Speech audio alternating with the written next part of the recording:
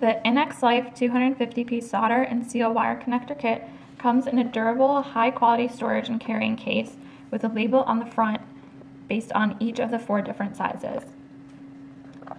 These connector pieces are manufactured from one seamless piece of high-quality tubing, have a unique dual-walled design that ensures waterproof seal and prevents wire corrosion. There is a hot melt adhesive inside resulting in 2-to-1 shrinkage ratio, glue sealant lining, translucent heat shrink tubing which provides high tensile strength and ensures less voltage drop.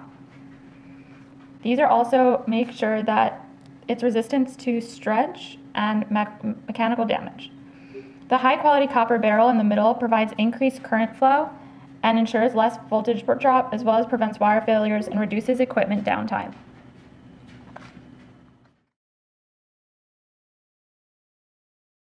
I'm going to use the red to show you how to use this.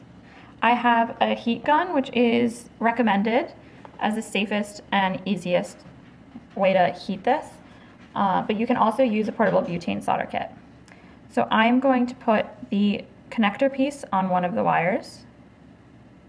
I'm